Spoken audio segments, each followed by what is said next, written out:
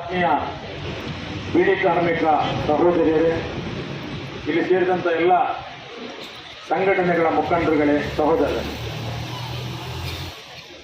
ಇವತ್ತು ಒಂದು ಅನಿವಾರ್ಯವಾದಂತಹ ಅತಿ ಅಗತ್ಯವಾದಂತಹ ಹೋರಾಟವನ್ನು ಹಮ್ಮಿಕೊಂಡಿದ್ದು. ನಾವು ನಿನ್ನೆ ಮಾಡಬೇಕಾಗಿದ್ದೀವಿ ಹೋರಾಟ. ಆದರೆ ಈ ದೇಶದ ಪ್ರಧಾನಮಂತ್ರಿಗಳು ಇಲ್ಲಿಗೆ ಉಡುಪಿಗೆ ಬರ್ತಾ ಇದ್ದಾರೆ. ಪ್ರಧಾನಮಂತ್ರಿಗಳು ಉಡುಪಿ ಬಂದಿರುವಾಗ ಬೀಡಿ ಕಾರ್ಮಿಕರಿಗೆ ಸಂಬಳ ಸಿಕ್ಕದೆ ಕಷ್ಟ ಬರ್ತಾ ಇದ್ದಾರೆ ಅಂತ ಅವರಿಗೆ ಗೊತ್ತಾಗಬಾರದೋ ಏನೋ ಗೊತ್ತಿಲ್ಲ. ಪೊಲೀಸರು ಹೇಳಿದ್ರು ಇವತ್ತು ಒಂದು ಬಗೆ ಮಾಡಬೇಡಿ ಅಂತ ಹೇಳಿ. ಆ ರೀತಿ ಕೆಲವೊಮ್ಮೆ ಮಾಡ್ತಾರೆ. ಉಡುಪಿಯಲ್ಲಿ ಎಷ್ಟೋ ಸಮಯಗಳಿಂದ ರಸ್ತೆ ಸರಿ ಇರಲಿಲ್ಲ ಅಂತೆ. 8 ಗಂಟೆಯಲ್ಲಿ 8 ದಿವಸದಲ್ಲಿ ಎಲ್ಲ ರಸ್ತೆ ರಿಪೇರಿ ಆಗಿತ್ತು. ಈಗ ನಾವು ಹೇಳ್ತಾ ಇದ್ದೇವೆ, ನಮ್ಮ ಕಡೆ ಎಲ್ಲ ಒಮ್ಮೊಮ್ಮೆ ಪ್ರಧಾನಮಂತ್ರಿ ಮೋದಿಯನ್ನು ಕರ್ಕೊಂಡು ಬನ್ನಿ. ಅದಕ್ಕಿಂತ ಮೊದಲು ಬೀಡಿ ಕಾರ್ಮಿಕರ ಕಂಪನಿ ಉಂಟು, ಬೀಡಿ ಡಿಪೋಗಳಿಗೊಮ್ಮೆ ಕರ್ಕೊಂಡು ಬನ್ನಿ. ಏನೆಲ್ಲ ಹಣ ಬರ ಉಂಟು ಇಲ್ಲಿ ಮಾಲಕರದ್ದು, ಕಾರ್ಮಿಕರಿಗೆ ಎಷ್ಟು ವಂಚನೆ ಮಾಡಿದ್ದಾರೆ, ಎಷ್ಟು ಮಜೂರಿ ಬಾಕಿ ಮಾಡಿದ್ದಾರೆ, ಎಲ್ಲ ಲೆಕ್ಕ ಗೊತ್ತಾಗ್ತದೆ. ಯಾಕಂದ್ರೆ ಅವರು ಬರುವವರಿಗೆ ಯಾವುದೇ ಅಧಿಕಾರಿಗಳಿಗೆ ಎಚ್ಚರಿಕೆ ಆಗುದಿಲ್ಲ. ಬೀಡಿ ಕಾರ್ಮಿಕರು ಪ್ರತಿಭಟನೆ ಮಾಡಿದ್ರೆ ಮಾನ ಮರ್ಯಾದೆ ಹೋಗ್ತದೆ ಅಂತ ಹೇಳಿ ಭಾವಿಸುವಂತ ಇಲಾಖೆ ಇರುವಾಗ, ಅಥವಾ ಪೊಲೀಸ್ ಇಲಾಖೆ ಆಗಿರ್ಲಿ, ಯಾಕಂದ್ರೆ ಇದು ಗೊತ್ತಾಗ್ಬಾರ್ದು. ಬೀಡಿ ಕಾರ್ಮಿಕರಿಗೆ ಅನ್ಯಾಯ ಆಗ್ತಾ ಇದೆ. ಕಳೆದ 7-10 ವರ್ಷಗಳಿಂದ ಅವರಿಗೆ ಸಂಬಳ ಸಿಗ್ತಾ ಇಲ್ಲ. ಎಷ್ಟು ಸಂಬಳ? ನಾವು ಒಂದು ಕೆಲಸಕ್ಕೆ ಸೇರುವಾಗ, ನಿಮ್ಮ ಮನೆಗೆ ಒಂದು ಕೂಲಿ ಕೆಲಸಕ್ಕೆ ಒಬ್ಬರು ಬಂದಾಗ ಸಂಬಳ 500 ರೂಪಾಯಿ ಅಂತ ಹೇಳ್ತಾರೆ, ಅಥವಾ 800 ರೂಪಾಯಿ ಅಂತ ಹೇಳ್ತಾರೆ. ನಾಳೆ ಕೆಲಸ ಆದ ಮೇಲೆ ನೀವು 300 ರೂಪಾಯಿ ಕೊಟ್ಟರೆ ಕೇಳ್ತಾರೆ ಅವರು. ಈಗ ನಿಮಗೆ ಎಷ್ಟು ಸಂಬಳ ನಿಗದಿ ಆಗಿದೆ ನಮಗೆ ಗೊತ್ತಿಲ್ಲ. ತೊಂದರೆ ಆಗಿಲ್ಲ ಅಷ್ಟೇ. ನಮಗೆ ಎಷ್ಟು ಸಂಬಳ ನಿಗದಿ ಆಗಿದೆ, ಸರ್ಕಾರ ಎಷ್ಟು ಸಂಬಳ ಕೊಡಬೇಕು ಅಂತ ಫಿಕ್ಸ್ ಮಾಡಿದೆ ಅಂತ ಹೇಳಿ ನಮಗೆ ಗೊತ್ತಿಲ್ಲ. ಯಾಕೆ ಅವ್ರು ಹೇಳೋದೇ ಇಲ್ಲ. ಇವತ್ತು ಬೀಡಿ ಕಾಂಟ್ರಾಕ್ಟ್ಗಳನ್ನು ಕೂಡ ಹೇಳೋದಿಲ್ಲ. ಅವರು ನಾನು ಕೊಟ್ಟದ್ದೇ ಸಂಬಳ ನಿಮಗೆ ಅಂತೇಳಿ. ಆ ರೀತಿಯ ದಪ್ಪಾಳಿಕೆ ಅಹಂಕಾರದಿಂದ ಮೆರೆಯುತ್ತಿರುವ ಬೀಡಿ ಮಾಲಕರ ಈ ದರ್ಪಕ್ಕೆ ಕಾರಣ ಯಾರು? ನಾವೇ ಮಾಡಿದಂಥದ್ದು. ಯಾಕೆ? ನಾವು ತುಡಿದು ಅವರನ್ನು ಸಾಕಿದ್ದೇವೆ. ನಮ್ಮ ಕುಟುಂಬವು ಸಾಕಲಿಲ್ಲ, ನಮ್ಮ ಮಕ್ಕಳನ್ನು ಸಾಕಲಿಲ್ಲ. ಕಷ್ಟಪಟ್ಟು ಅರ್ಧ ಹೊಟ್ಟೆ ಇದ್ದದ್ದು ಒಂದು ಹೊಟ್ಟೆ ಬೀಡಿ ಹೊಟ್ಟೆ ಮಾಡಿಕೊಂಡಿದ್ವಿ, ಅದು 2 ಹೊತ್ತಲ್ಲಿಲ್ಲ. ಈ ರೀತಿಯಲ್ಲಿ ಇವತ್ತು ನಾವು ಬೀಡಿ ಕಟ್ಟಿ ಕಂಪನಿ ಬೆಳೆಸಿದ್ದೇವೆ. ಏನಿಲ್ಲದೆ 30 ರೂಪಾಯಿ ಶುರು ಮಾಡಿದಂತಹ ಭಾರತ್ ಬೀಡಿ ಇವತ್ತು ಮಾರುತಿ ಶೋರೂಮ್ ಇಟ್ಕೊಂಡಿದ್ದಾರೆ, ಬಿಗ್ ಬಜಾರ್ ಮಾಡಿದ್ದಾರೆ. ಈ ರೀತಿ ಪ್ರತಿಯೊಂದು ಬೀಡಿ ಕಂಪನಿ ಕೂಡ ಬೀಡಿ ಮಾತ್ರ ಅಲ್ಲ, ಇವತ್ತು ವಿಪರೀತ ದೊಡ್ಡದಾಗಿ ಬೆಳೆದಿದ್ದಾರೆ. ಬೇರೆ ಬೇರೆ ಕೈಗಾರಿಕೆ ಮಾಡಿಕೊಂಡಿದ್ದಾರೆ. ಯಾರು ಮಾಡಿಕೊಟ್ಟದ್ದು? ಬೀಡಿ ಕಟ್ಟುವ ತಾಯಂದಿರು ಇವತ್ತು ತಮ್ಮ ಮಕ್ಕಳಿಗೆ ಕೊಡಬೇಕಾದಂತಹ ಆಹಾರಕ್ಕೆ ಬೇಕಾದಂತಹ ಶಿಕ್ಷಣಕ್ಕೆ ಬೇಕಾದಂತಹ ಸಂಬಳ ದುಡ್ಡನ್ನು ಅವರು ಬಚ್ಚಿಟ್ಟುಕೊಂಡು ಬೆಳೆದಿದ್ದಾರೆ ವಿನಃ ಅವರು ನಿಜವಾಗಿ ನ್ಯಾಯ ಪ್ರಕಾರ ಯಾವುದೇ ಶೋರೂಮ್ಗಳನ್ನಾಗಲಿ ಯಾವುದೇ ಬಿಗ್ ಬಜಾರ್ಗಳನ್ನು ಮಾಡಿರಲಿಲ್ಲ. ಇವತ್ತು ನಮ್ಮ ಸಂಬಳ ತಗೊಳ್ಳಿ, ಅಧಿಕಾರಿಗಳಿಗೆ ಗೊತ್ತಿರಬೇಕು. 2018ರಿಂದ 2024ರವರೆಗೆ ಎಷ್ಟು ಸಂಬಳ ಬಾಕಿ ಆಗಿದೆ ನಮಗೆ? ವರ್ಷದಲ್ಲಿ 1 ಲಕ್ಷ ಬೀಡಿ ಕಟ್ಟಿದ್ರು ಕೂಡ ಸ್ವಾಮಿ 24,000 ರೂಪಾಯಿ ಸಂಬಳ ಕೊಡಬೇಕು ನೀವು, ಬಾಕಿ ಆಗಿದೆ. ಒಂದು ವೇಳೆ 2 ಲಕ್ಷ ಬೀಡಿ ಕಟ್ಟಿದ್ರೆ 48,000 ಕೊಡಬೇಕು ನೀವು, ಬಾಕಿ ಮಾಡಿದ್ದೀರಿ. ಒಂದು ವೇಳೆ 50,000 ಬೀಡಿ ಕಟ್ಟಿದ್ರು ಕೂಡ 12,000 ರೂಪಾಯಿ ಸಂಬಳ ನೀವು ಇಟ್ಕೊಂಡಿದ್ದೀರಲ್ಲ. ಲಕ್ಷ ಬೀಡಿ ಕಾರ್ಮಿಕರು, ಈ ಎಲ್ಲಾ ಬೀಡಿ ಕಾರ್ಮಿಕರಾಗಿ ಇಷ್ಟೊಂದು ಕೋಟ್ಯಾಂತರ ದುಡ್ಡು, ಸಾವಿರಾರು ಕೋಟಿ ರೂಪಾಯಿ ದುಡ್ಡು ಇಟ್ಕೊಂಡಿರುವಾಗ ನೀವು ಗುಂಡಾಗಳನ್ನು ಬಿಟ್ಟು ನಮ್ಮ ನೋಡಿಬಹುದು, ಸುಪಾರಿ ಕೊಡಬಹುದು, ನಮ್ಮನ್ನು ಕೊಲ್ಲಿ. ಯಾಕೆ? ದುಡ್ಡು ಉಂಟು ನಿಮ್ಮಲ್ಲಿ. ಯಾರು ದುಡ್ಡು? ನಮ್ಮದೇ ದುಡ್ಡು. ನಾವು ನಮ್ಮ ದುಡ್ಡು ಕೊಡದೆ ನಿಮಗೆ ನಾಚಿಕೆ ಆಗಬೇಕು. ನೀವು ಏನ್ ದೊಡ್ಡ ರೀತಿಯಲ್ಲಿ ನೀವು ನಿಮ್ಮ ಮಕ್ಕಳನ್ನು ಮದುವೆ ಮಾಡುವಾಗ 200 ಪೌನು 300 ಪೌನು 500 ಪೌನು ಬಂಗಾರ ಹಾಕಬಹುದು. ನಮ್ಮ ಋಣ ಉಂಟು ಸ್ವಾಮಿ ಅದರಲ್ಲಿ. ಯಾಕೆ? ನಮ್ಮ ಸಂಬಳ ಕೊಟ್ಟಿಲ್ಲ ನೀವು. ನಮ್ಮ ಮಕ್ಕಳಿಗೆ ತಿನ್ನಾಗ್ಲಿಕ್ಕೆ ಆಗುದಿಲ್ಲ, ನಮ್ಮ ಮಕ್ಕಳ ಶಿಕ್ಷಣಕ್ಕೆ ಫೀಸ್ ಕಟ್ಟಲಿಕ್ಕೆ ಆಗುದಿಲ್ಲ. 24,000 ರೂಪಾಯಿ ಅಂದ್ರೆ ಕಮ್ಮಿಯ? ಅಷ್ಟು ಮಾತ್ರ ನೀವು ಬಾಕಿ ಮಾಡಿದ್ದು. ಅದರ ಬೋನಸ್ಸು, ಅದರ ರಜಾ ಸಂಬಳ, ಅದರ ಹಬ್ಬದ ರಜೆ ಸಂಬಳ, ಅದರ PF ಹಣ ಎಲ್ಲ ಸೇರಿದ್ರೆ 31,500 ರೂಪಾಯಿ ದುಡ್ಡನ್ನು ನೀವು ನಮ್ಮ ದುಡ್ಡನ್ನು ಇಟ್ಟುಕೊಂಡಿದ್ದೀರಿ. 1 ಲಕ್ಷ ಬೀಡಿ ಆದವರದ್ದು, 2 ಲಕ್ಷ ಬೀಡಿ ಆದವರು 61,000 ರೂಪಾಯಿ ಇಟ್ಕೊಂಡಿದ್ದೀರಿ. 50,000 ಬೀಡಿ ಆದ್ರೂ ಕೂಡ 25,000 ದುಡ್ಡು ನೀವು ಇಟ್ಕೊಂಡಿದ್ದೀರಿ. ಇದನ್ನು ನೀವು ಇಟ್ಕೊಳ್ಳಿಕ್ಕೆ ನಿಮಗೆ ನಾಚಿಕೆ ಆಗಬೇಕು ನಾವು ಹೇಳುವಂಥದ್ದು. ನಿಮ್ಮಲ್ಲಿ ಬೇರೆ ಏನು ನಿಮ್ಮ ದುಡ್ಡು ಬೇಡ ನಮಗೆ. 1,000 ಬೀಡಿ ಕಟ್ಟಲಿಕ್ಕೆ ಅದು ಎಷ್ಟು ಕಷ್ಟಪಟ್ಟರು ಕೂಡ ನೀವು ಕೊಡುವಂತ ಸಂಬಳ, ನೀವು ಕೊಡುವಂತ ಎಲೆ ತಂಬಾಕಿ ಕೊಡುವಂತ ಹಣ, ನೀವು ಕೊಡುವಂತ ಕಾಂಟ್ರಾಕ್ಟಿಗೆ ಕೊಡೋ ಕಮಿಷನು ಬೋನಸ್ ಎಲ್ಲ ಸೇರಿದ್ರು 1,000 ಬೀಡಿ ನಿಮಗೆ ತಯಾರು ಮಾಡಲಿಕ್ಕೆ ಖರ್ಚು 500 ರೂಪಾಯಿ. ಎಷ್ಟಕ್ಕೆ ಸ್ವಾಮಿ ಮಾಡ್ತೀರಿ ನೀವು? 1,080 ರೂಪಾಯಿ 1,000 ಬೀಡಿ ಮಾರು. ಖರ್ಚೆಷ್ಟು ಮಾಡುದು? 500 ರೂಪಾಯಿ. ಮತ್ತೆ ನಾನು ಯಾವಾಗ ಹೇಳುದುಂಟು, ಒಂದು 100 ರೂಪಾಯಿ ನಮ್ಮಲ್ಲಿ ಎಲ್ಲಾ ಖರ್ಚು ಕಳೆದು ಉಳಿದ್ರೆ ಅದನ್ನು ನಾವು ಬ್ಯಾಂಕಲ್ಲಿ ಇಡ್ತೇವೆ. ಈಗ ಮೊದಲು ಸಾಂಬಾರ್ ಬೆಟ್ಟಿಯಲ್ಲಿ ಇರ್ತಾ ಇದ್ದೆವು. ನಾವು ಕೂಡ ಶಾಲೆಗೆ ಹೋಗೋ ತಾಯಿಯಲ್ಲಿ ಕೇಳೋದು, ಒಂದು 5 ವರ್ಷ 5 ವರ್ಷ ಕೊಡ್ತಿದ್ವಿ. ನಾವು ಸಾಂಬಾರು ಬೆಟ್ಟಿಗೆಲ್ಲ ಇಡುದು, ಎಲ್ಲ ಸೂಪಿನ ಅಡಿಯಲ್ಲಿ ಇಡುದು. ಯಾಕೆ? ಮಕ್ಕಳಿಗೆ ಸ್ವಲ್ಪ ಕೊಡ್ಲಿಕ್ಕೆ ಆಗ್ತದೆ. ಉಳಿದೇ ಇಲ್ಲ.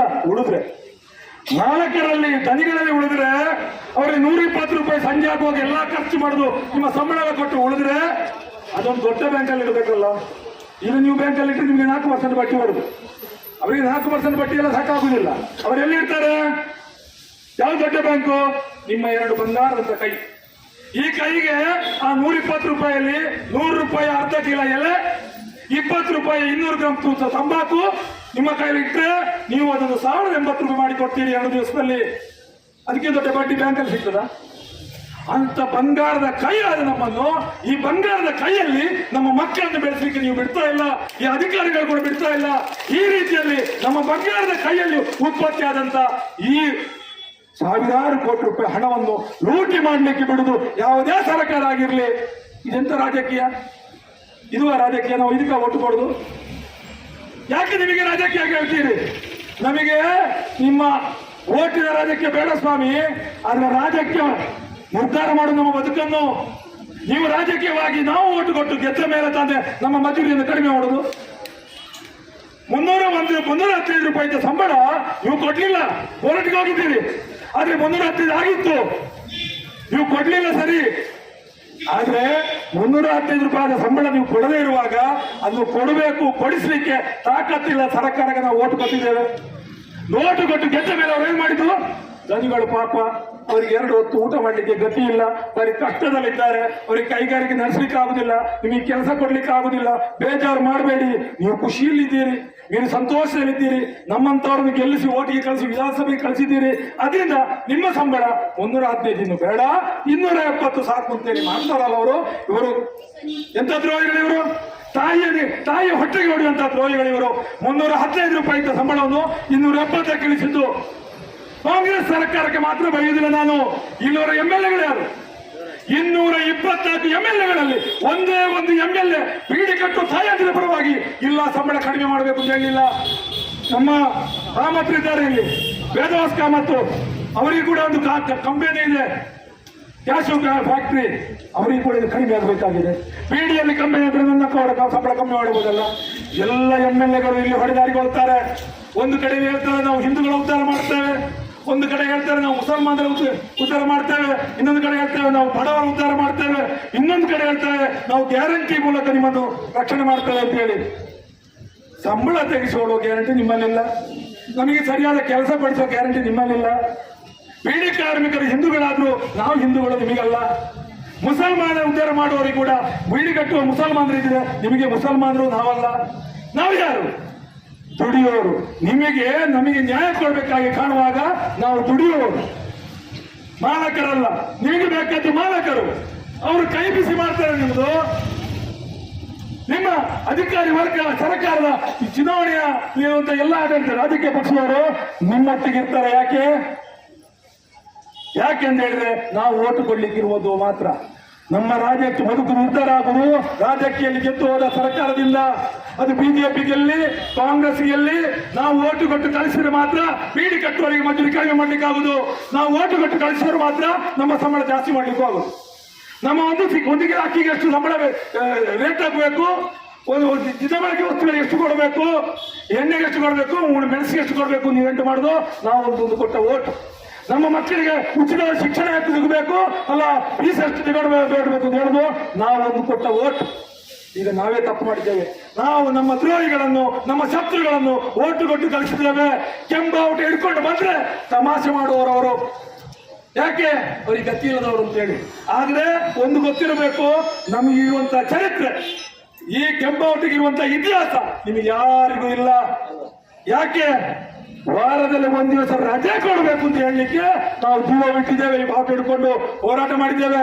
ನಮಗೆ ವಾರದಲ್ಲಿ ಒಂದು ದಿವಸ ರಜೆ ಕೊಡಿ ಅಂತ ಹೇಳಿ ಇಡೀ ಜಗತ್ತಿನ ದುಡಿಯೋ ವರ್ಗ, ಅದು ದೇಶದ ದುಡಿಯೋ ವರ್ಗ ಹೋರಾಟ ಮಾಡಿ ಜೀವ ಕಳ್ಕೊಂಡು ಲಾಠಿ ಚಾರ್ಜ್ಗೊಳಗಾಗಿ ಜೈಲಿಗೆ ಹೋಗಿ ಒಂದು ದಿವಸ ರಜೆ ತಗೊಂಡದ್ದು, ಒಂದು ನಿಗದಿತ ಸಂಬಳ ಮಿಸ್ ಮಾಡಲಿಕ್ಕೆ ಕೂಡ ಅನಾದಿ ಕಾಲದಿಂದ ಶತಮಾನಗಳಿಂದ ನಾವು ಹೋರಾಟ ಮಾಡಿ ಪಡೆದದ್ದು.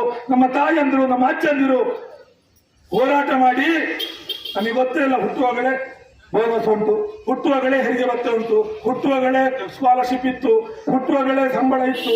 ನಮಗೆ ಗೊತ್ತಿಲ್ಲ ನಮ್ಮ ತಾಯಂದ್ರು ಅಜ್ಜಂದಿರನ್ನೆಲ್ಲ ಮಾಡಿದ್ರಿ ಅಂತೇಳಿ. ಅವರೆಲ್ಲ ಮಾಡಿದಂತ ಆ ಹೋರಾಟದ ಪ್ರತಿಫಲವನ್ನು ಅನುಭವಿಸಿದೆವು ನಾವು. ಆದ್ರೆ ಇವತ್ತು ನಾವು ಮಕ್ಕಳಿಗೆ ಏದು ಕೊಟ್ಟು ಹೋಗ್ತಿದ್ದೇವೆ, ಸಂಬಳ ಬಾಕಿ ಮಾಡಿದ್ದನ್ನು ತೆಗಲಿಕ್ಕೆ ಆಗದಂತ ಪರಿಸ್ಥಿತಿ ಬಿಟ್ಟು ಹೋಗ್ತಿದ್ದೇವೆ. ನಿಗದಿತವಾದಂತಹ ಬೋನಸ್ ಅನ್ನು ಕಳ್ಕೊಳ್ಳೋ ಸ್ಥಿತಿಯಲ್ಲಿದ್ದೇವೆ. ಎಲ್ಲವನ್ನು ಕೂಡ ತೆಗೆದಾಕ್ತಿದ್ದಾರೆ. ಇದು ಬಿಡಿ ಅಂಡ್ ಸಿಗರೇಟ್ ಆಕ್ಟ್ ಕಾನೂನಿಂದ ತೆಗೆದು ಬಿಸಾಡ್ತಾ ಇದ್ದಾರೆ. ಯಾರು? ನಮ್ಮ ನರೇಂದ್ರ ಮೋದಿ ಸಾಹೇಬರು. ಮೋದಿ ಮೋದಿ ಮೋದಿ ಮೋದಿ ಒಪ್ಪಾಡ್ತೀರಲ್ಲ, ಮೋದಿ ಮೋದಿ ಅಂತ ಹೇಳ್ಬೇಕಾದ್ರೆ ನಾವಿವತ್ತು ಯಾಕೆ ನಿಮ್ಮಿಂದಾಗಿ ನಮ್ಮ ಬದುಕು ಹಾಳಾಗ್ತಾ ಇದೆ. ಹೌದು, ಕೇಂದ್ರ ಸರ್ಕಾರ ಇವತ್ತು ಎಲ್ಲವನ್ನು ತೆಗೆದು ಬಿಸಾಡಿದೆ. ಬಿಡಿ ಅಂಡ್ ಸಿಗರೇಟ್ ಆಕ್ಟ್ ಬೇಡ, ನಿಮಗೆ ಬೋನಸ್ ಕಾಯ್ದೆ ಬೇಡ, ನಿಮಗೆ ವೇತನ ಕಾಯ್ದೆ ಬೇಡ, ಕನಿಷ್ಠ ಕೂಲಿ ಕಾಯ್ದೆ ಬೇಡ, ಎಲ್ಲ ನಮ್ದು ಸಂಹಿತೆಯಲ್ಲಿ ಕೂಡಿದೆ ಅಂತೆಲ್ಲ ಉಂಟು. ಇಷ್ಟುವರೆಗೆ ನಮಗೆ ಹೌದು, ಈಗ ಸರ್ಕಾರ ನಿಗದಿ ಮಾಡಿಸಿದ ಸಂಬಳವನ್ನೇ ಕೊಡಿಸ್ಲಿಕ್ಕಾಗದ ಕಾರ್ಮಿಕ ಇಲಾಖೆ ಕೂಡ ಶಕ್ತಿ ನಿಲ್ಲಿಸಿದ್ದಾರೆ. ಈ ರೀತಿಯಲ್ಲಿ ನಮಗೆ ವಿರುದ್ಧವಾದಂತಹ ರಾಜಕೀಯ ಅಲ್ಲಿರುವಾಗ ಆ ರಾಜಕೀಯದವರು ಎಚ್ಚರಿಕೆ ಕೊಡಬೇಕು. ನಮ್ಮ ಸಂಬಳ ತೆಗೆಸಿಕೊಳ್ಳಲಿಕ್ಕೆ ನಿಮಗೆ ಯೋಗ್ಯತೆ ಇಲ್ಲ ಅಂತಂದ್ರೆ ಬಿಜೆಪಿಗಳೇ, ಕಾಂಗ್ರೆಸ್ಸಿಗರೇ ನಿಮ್ಮನ್ನು ಸೋಲಿಸಲಿಕ್ಕೆ ಲಕ್ಷ ಲಕ್ಷ ಬೀಡಿ ಕಾರ್ಮಿಕರು ಎದ್ದು ಬರ್ತಾರೆ. ನಿಮ್ಮ ವಿರುದ್ಧ ಬೀಡಿ ಕಾರ್ಮಿಕ ತಾಯಿಯನ್ನೇ ಓಟಿಗೆ ನಿಲ್ಲಿಸಿ, ಅದು ಅನಕ್ಷರತೆ 4ನೇ ಕ್ಲಾಸ್ ತಾಯಿ ಆದ್ರೂ ಸರಿ ಒಟ್ಟಿಗೆ ನಿಲ್ಲಿಸಿ ನಿಮ್ಮನ್ನು ಸೋಲಿಸ್ತೇವೆ.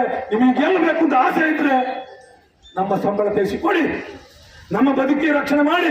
ಈ ರೀತಿಯಲ್ಲಿ ನಾವು ಹೋರಾಟ ಮಾಡಿ ಮುಂದುವರಿಕೆ ಸಾಧ್ಯ ಆಗಬೇಕು. ಇವತ್ತು ಪೊಲೀಸ್ ಇಲಾಖೆ ಆಗಿರ್ಬೋದು ಅಥವಾ ಕಾರ್ಮಿಕ ಇಲಾಖೆ ಆಗಿರ್ಬೋದು, ಯಾಕೆ ಅವರು ಕೂಡ ಈ ಜಿಲ್ಲೆಯಲ್ಲಿ ಬೀಡಿ ಕಾರ್ಮಿಕರ ಒಂದು ಋಣದಲ್ಲೇ ಬದುಕಿದವರು. ಅವ್ರಿಗೆ ಗೊತ್ತುಂಟು. ಬೀಡಿ ಕಾರ್ಮಿಕ ತಾಯಿಯಂದ್ರು ಅವರ ಮನೆಯಲ್ಲಿ ಬಂದಿದ್ರು.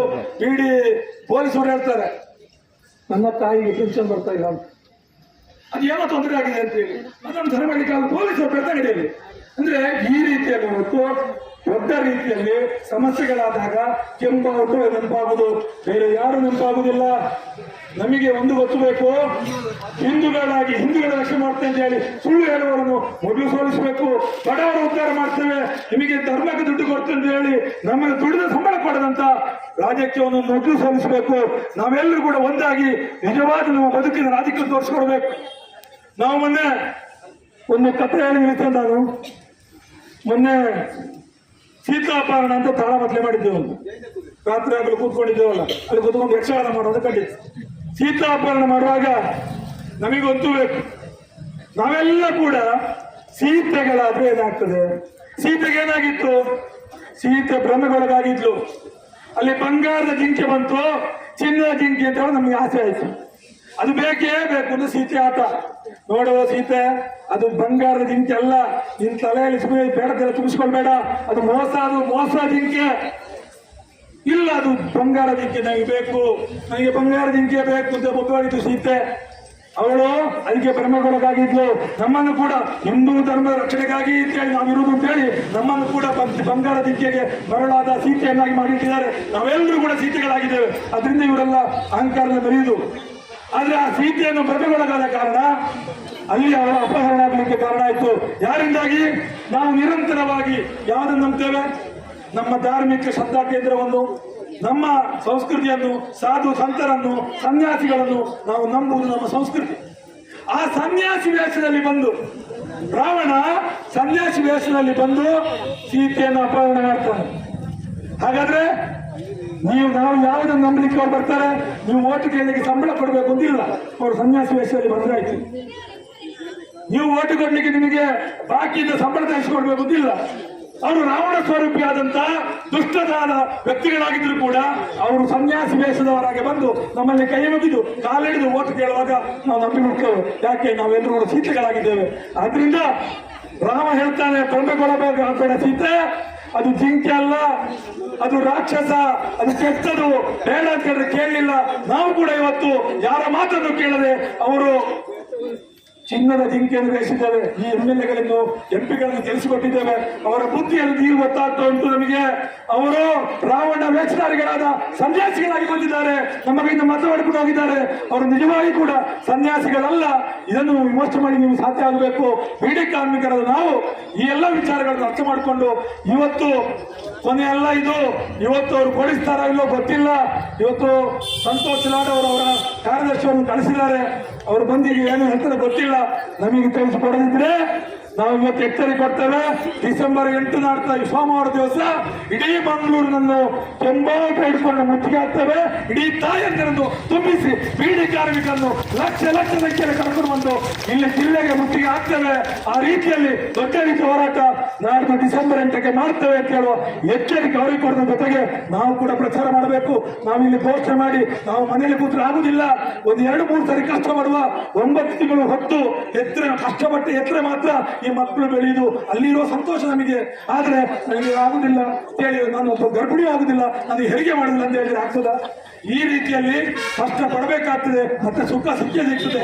ಆದ್ರಿಂದ ಇವತ್ತಿನ ಹೋರಾಟಕ್ಕೆ ಬಂದವರು ಒಬ್ಬೊಬ್ಬರು ಕೂಡ 5 ಜನರನ್ನು ತಯಾರು ಮಾಡಿ ನಾಳೆ ಬರಬೇಕು. ಎಲ್ಲರೂ ಉಚಿತ ಬಸ್ ಅಂತ ಅದರಲ್ಲಿ ಬಂದರೂ ಅಡ್ಡಿಲ್ಲ. ಬಾವುಟ ಗುಡ್ಡೆಂದು ಹೊರಡುವಂತ ದೊಡ್ಡದಾದಂತಹ ಹೋರಾಟದಲ್ಲಿ ಬೀಡಿ ಕಾರ್ಮಿಕರೇ ಒಂದು 10,000 ಜನ ಬಂದಿದ್ದಾರೆ ಅಂತ ಆಗಬೇಕು. ಅದಕ್ಕೆ ನೀವೆಲ್ಲರೂ ಕೂಡ ಕಾರಣಕರ್ತರಾಗಬೇಕು. ಆ ಮೂಲಕ ಏನೇ ಆದ್ರೂ ಬೀಡಿ ಕಾರ್ಮಿಕರು ಬಾಕಿಯಾದ ಸಂಬಳ ಬಿಟ್ಟುಕೊಡುವುದಿಲ್ಲ. ಈ ಸರ್ಕಾರ ಈಗ ನಿಗದಿ ಮಾಡಿದ ಸಂಬಳ ಏನುಂಟು ಅದು ಜಾರಿ ಮಾಡಿಸದೆ ಬಿಡುವುದಿಲ್ಲ ಅಂತ ಹೇಳುವ ಎಚ್ಚರಿಕೆ ಕೊಡಲಿಕ್ಕೆ, ಸರ್ಕಾರಕ್ಕೆ ಸವಾಲು ಹಾಕಲಿಕ್ಕೆ ನೀವೆಲ್ಲರೂ ಸಿದ್ಧರಾಗಬೇಕು ಅಂತ ಹೇಳಿ ನನ್ನ ಮಾತು ಮುಗಿಸ್ತೇನೆ. ನಮಸ್ಕಾರ.